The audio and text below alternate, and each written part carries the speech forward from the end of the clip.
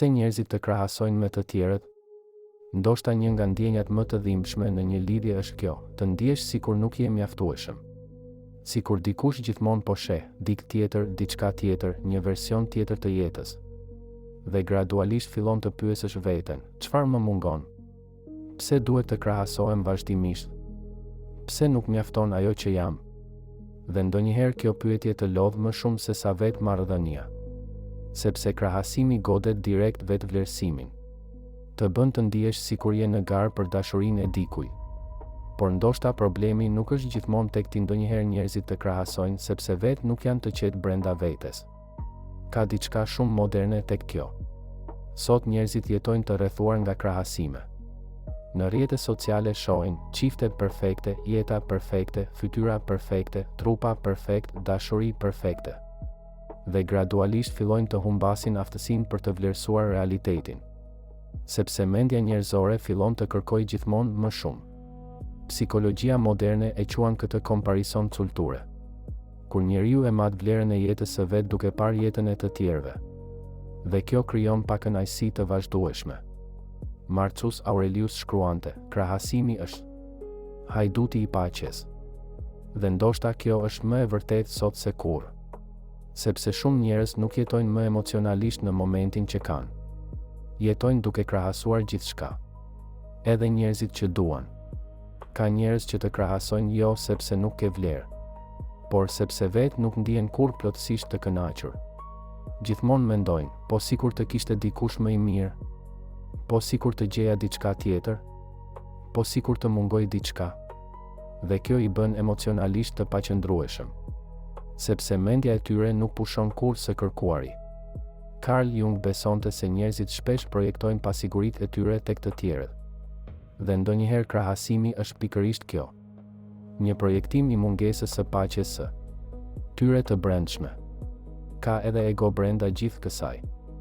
Disa njerëz ndihen më të fuqishëm emocionalisht kur të bëjnë të ndihesh jo mjaftueshëm. Kur të bëjnë të konkurrosh për vëmendjen e tyre.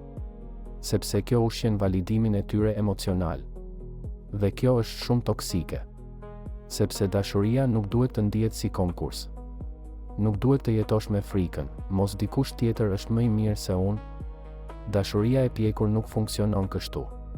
Ka njerëz që janë aq të varur nga validimi sa gjithmonë kërkojnë vëmendje të re.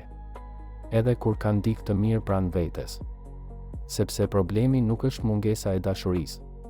Problemi është boshllëku brenda tyre. Nietzsche shkruante, njeriu që nuk është në paqe me veten nuk ngopet kurrë me asgjë. Dhe ndoshta kjo ndodh shumë në marrëdhënie. Ka njerëz që të krahasojnë sepse nuk dinë të jenë mirënjohës për atë që kanë. Gjithmonë shohin larg. Gjithmonë mendojnë se diku tjetër ekziston diçka më perfekte. Dhe rrjetet sociale e kanë bërë këtë edhe më keq. Sepse sot njerëzit krahasojnë partnerët e tyre me foto, filters, momente false, jeta të kuruara online. Dhe gradualisht humbasin kontaktin me realitetin emocional. Sepse dashuria reale nuk duket si Instagram.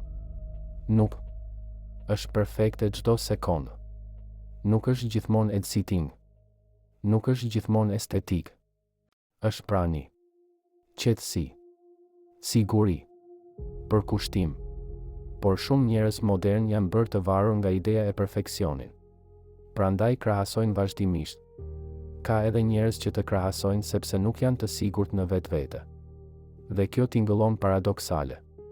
Por njerëzit më të pasigurt shpesh krahasojnë më shumë. Sepse kërkojnë vazhdimisht validim që kanë bërë zgjedhjen më të mirë. Prandaj analizojnë, si dukesh, si sillesh, si je krahasuar me të tjerët. Sepse vetë nuk kanë stabilitet emocional brenda vetes.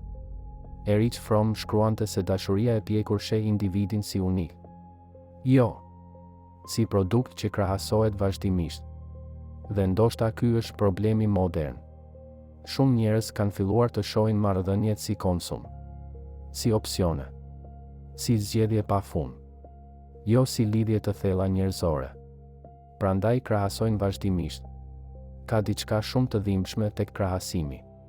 Ai të bën të dyshosh tek vetja, tek bukuria jote, tek vlera jote, tek personaliteti yt, tek mënyra si dashuron. dhe gradualisht fillon të ndryshosh veten vetëm për të qenë mjaftueshëm. Por problemi është se njerëzit që krahasojnë vazhdimisht rrallë ndalen ndonjëherë. Sepse problemi nuk ishte tek ti, ishte tek mungesa e paqes brenda tyre.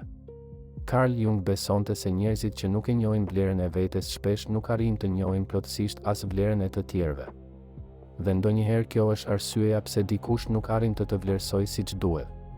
Jo sepse nuk ke vlerë, por sepse ai person jeton në krahasim konstant. Ka edhe një aspekt tjetër shumë modern. Sot njerëzit kanë shumë opsione, por shumë pak lidhje reale. Shumë vëmendje, por pak qetësi. Shumë interes sipërfaqësor, por pak thellësi. Dhe kjo krijon njerëz që gjithmonë mendojnë se mund të ekzistojë diçka më e mirë. Prandaj nuk relaksohen kurrë. Emocionalisht, nuk lidhen plotësisht. Gjithmonë krahasojnë. Gjithmonë kërkojnë. Gjithmonë dyshojnë.